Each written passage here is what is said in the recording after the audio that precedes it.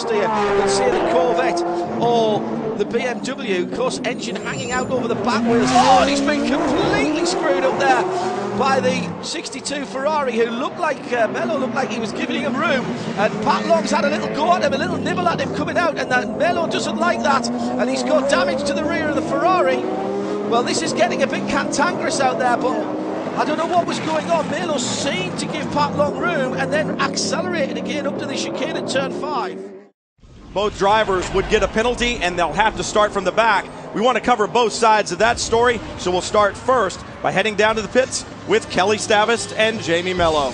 Jamie Mello and his teammate Tony Vilander had hoped to carry momentum following a win in the last round here to Baltimore, but after contact in qualifying, they were penalized along with the 45 car and will start from the back of the grid.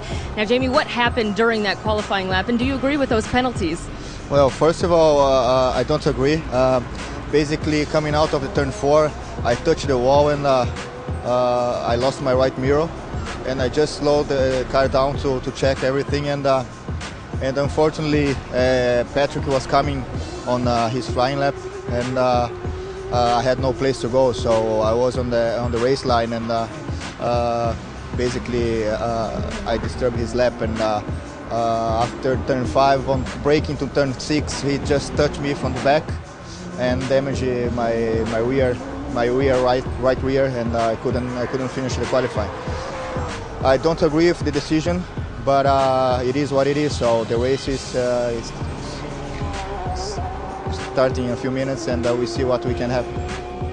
Well, when an incident occurs, there are 2 cars involved, and it was Patrick Long behind the wheel of the number 45 Flying Lizard Motorsports Porsche. Patrick, from your seat, what was going on behind the wheel?